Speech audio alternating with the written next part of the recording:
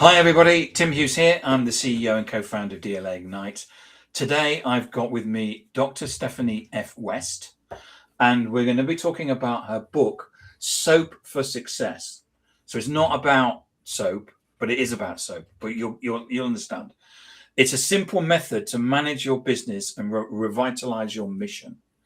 Stephanie, thank you so much for the book. It's partly autobiographical, isn't it?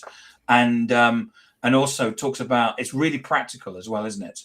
But anyway, before we get into that, where can people find you? People can either find me by just hitting my LinkedIn or drstephaniefwest.com. Excellent. Yes. So you're actually you're a trained vet, aren't you? I am a veterinarian. Yes. Why don't we talk about your origin story? Every framework starts with a problem. What was the specific messy moment in your career that led you to realize businesses needed the SOAP method? Well, first of all, at first I was just using it. I fell into it because it's similar to the training I had as a veterinarian to have a logical thought process to analyze a patient. And so when I was managing businesses, I fell into that as the logical thought process to analyze the business.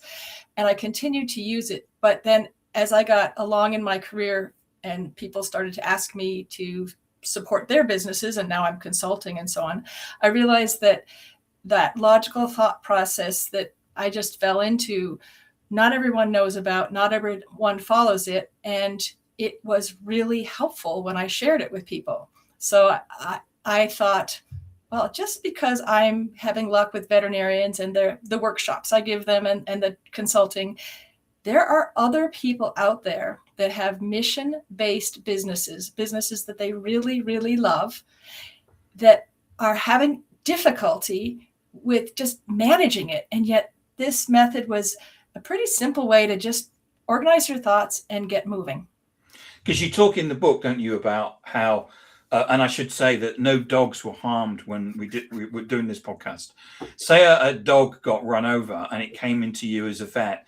There's a whole bunch of things that you would immediately look at. Is it bleeding? Are there broken bones? And what do you start trying to fix first? And that was the thing where you sort of went, if I can do this for animals, I can also do this for business as well, isn't it? Absolutely, because what a lot of people do in personal life as well as business is they keep a to-do list. So all those little problems just come down on that to-do list, and it's that never-ending, anxiety-producing list that never gets done, never gets finished. And many times you feel like you're always chasing it. You've got the most urgent problem, and these other things that you know you should do aren't getting done. And my system is organizing that and then prioritizing it. Just like what you said, an injured patient, we triage or prioritize the patient. So we do the most important thing first. So for your patient, if he's not breathing, you get him to breathe again. And then you can work on the other things. And business works the same way.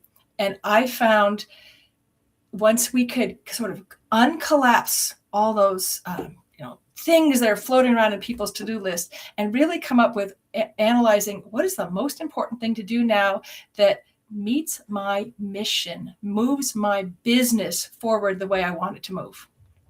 For those new to your work, can you break down what SOAP stands for and why these 4 pillars are the detergent for a stale business? Oh, no, that was a really good little thing there. Did you like that? So SOAP stands for subjective, objective, assessment, and plan. So and that's subjective. Go through that again. So subjective, yeah, which would be people related, things that you can't maybe measure. So company culture would be a subjective idea. How your clients or customers think about you is a subjective thought. What your social media reputation is a subjective factor.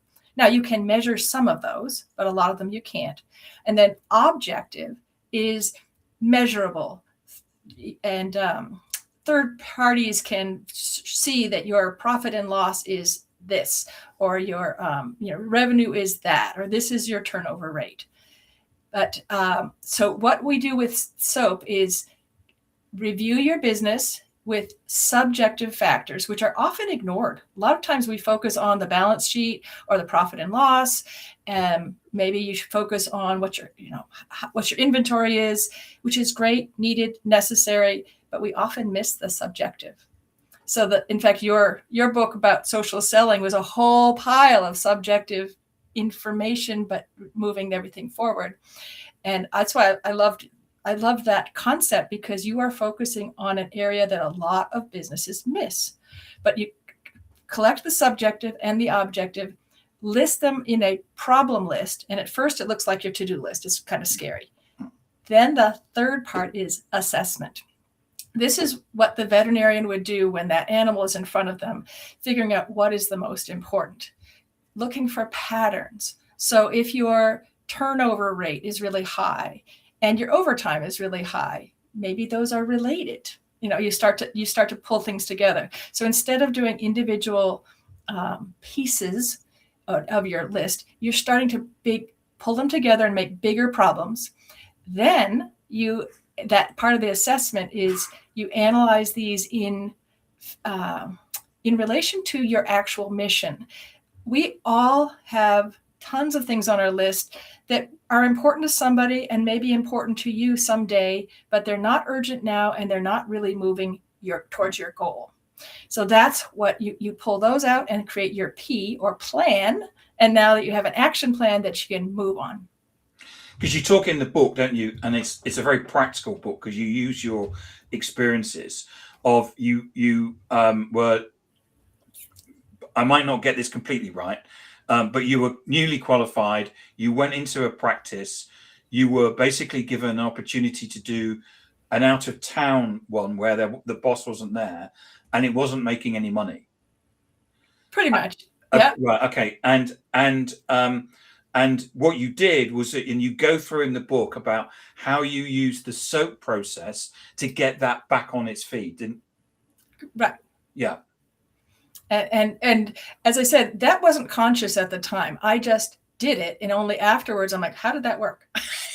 Yeah. And then I realized what I had done, and that was focusing on some of the subjective factors, actually, which made me, which was a brain storm for me. The favorite book for me was when you went into a business and you found that somebody was on the take. And you played an interesting political game, because you couldn't just say you're on the take, because you needed to get evidence. But it was through it was the way that you applied the process again. So there was the process that you were doing in terms of the overall business, and then there was this one little piece where you knew something dodgy was going on, and therefore you applied the process again to actually come up with a plan to make sure that little issue was solved. I think that little issue was yes, it absolutely was solved. Yeah. And in a sense, I used the S.O.A.P method in two different columns, because on one hand I was using it secretly to figure out what I was going to do, to figure out what the embezzler was doing, who it was, find the proof, get him arrested. But the other part, I still had to run the business, and I couldn't let anybody know that wasn't my sole focus, because I couldn't let the embezzler know that he was being examined. So I used S.O.A.P to just keep my brain focused. So the revitalization gap. Many leaders manage their businesses well, but have a dead mission. Why do you think the mission is usually the first thing to lose its luster when a company grows? A lot of times, it's very easy to take care of the things that are in front of you. So when somebody is squawking at you because that thing is very important to their department or their issue, as a leader, the trap is run and get it fixed, because they're loud, or it's obvious, or it's scary. The squeaky wheel gets oiled is Exactly. And what ends up happening is you got a lot of wheels running around, and you rightly feel overwhelmed and like you're doing nothing, but yet you're busy all the time. What's missing in those is mission. Mission is, why are you here? And my contention is that businesses started because there was something that you wanted to either make or bring to the world or make a difference. That's the why the business started. Now, as it goes along, sometimes the administrative details just bog it down and what becomes the mission is, I'm going to get that report out, rather than, no, wait, we wanted to make this particular widget, or we wanted to make this difference in the world. So going back to that, actually, that's where I had the success in my, as I talked about in my book, pulling it back to the mission. And sadly, sometimes that means you don't handle every crisis. You actually put some aside and say, that is great, but that is not our mission. Yeah. It's about focusing on, it's about getting in the swim lane really and working out what the mission is. So simplicity versus complexity. In a world of complex hacks and AI-driven tools, your book advocates for a simple method. Why is simplicity actually harder and more effective than complexity? I hadn't thought about it that way, because even when I was teaching at a college level, I prided myself on taking complex information and bring it down simple. If you can understand it simply, you can always expand. The hardest thing I ever did in school is I had a professor that made us do a 1-page paper every week. That was hard because you have to bring it down to the pith of the idea. So that's why I think simple means the extraneous stuff is gone. You can add it in. You can add in the fluff. What is the key reason you're there? What is the one thing you need to do to make the most difference right now? So how does a busy entrepreneur apply SOAP on a Tuesday morning when everything is on fire? Is this a long-term overhaul or a daily habit? I've done it both ways. So I have a workshop I do for strategic planning, which is the longer term. You use this to figure out where your business is going. But I personally, last night, I wrote my list of various things for myself that I was doing. I quickly organized it like a SOAP for just what I'm doing right now, like what's on my top, basically what you said, the Tuesday morning list. So it's really scalable. You can do it. This method is a thought process, and this process can be for what your to-do list today is. It can be for I'm going to start a business. What's my business plan? What do I want to do with this business, and everything in between. Because in the book, you start off with the fact that you were using it in what was a vet practice, and then you went and got an even bigger job. And I was really pleased that you went through and actually qualified the fact that they because it was kind of too good to be true, but you got the job. But all of a sudden you were just in a just completely different league, weren't you, in terms of complexity of the situation? But you went back to the SOAP method. Correct. So the SOAP method that I used when I was managing a small little clinic with a few people, the thought process worked just as well when I was managing multiple hospitals in a huge organization, because the difference was sometimes my little problem list was I had more than one. So when I was managing multiple people, I had a SOAP list for each of the managers that I would then go over with that manager so that they had power over their area. Of expertise. So in other words, making it simple so that my lists were, okay, we're going to talk about Tim's department right now. So Tim and I are going to talk about Tim's department. So when you work with leaders, which part of the SOAP process do you usually struggle with most, and how do you get past that hurdle? Well, it actually depends on the individual leaders. So I find that a fair amount of scientifically minded people like veterinarians are really good at the objective facts, because that's what vet school makes you focus on. Yeah. And maybe a little weaker on subjective, just because we haven't had the training. So at least in that field, it was subjective. But I've also sort of helped some friends who were not scientists And it was the other that for them, the subjective, they're all about the clients, the customers, their employees, and how they feel. And then they're struggling with, I don't know how to price my goods. I don't know, whatever the thing. What do you mean by a profit and loss? So it's tailored. I actually do. I really tailor my consulting to either the individual leader or the individual organization. You talk about revitalizing the mission. How much of the SOAP method is about business health versus the personal mental health of the founder? Actually, you're brilliant because it's both. In fact, in my book, as you may recall, in the subjective factor, I said the very first lens to look at is you, the leader, or you, the manager, whoever is doing this, because sometimes it's us. And I think I had a couple examples in the book where you mentioned when I went to like a larger group, the first thing I looked at myself, well, the first time I went to a large group, I said, oh, I've managed a small team. I don't know how to manage a large team. I got training for me on how to manage a large team. Yep. And then later when I was managing multiple entities, I said, I really need to up my delegation game. And then I learned how to do more delegating. So yes, the leader is actually the first one to look at.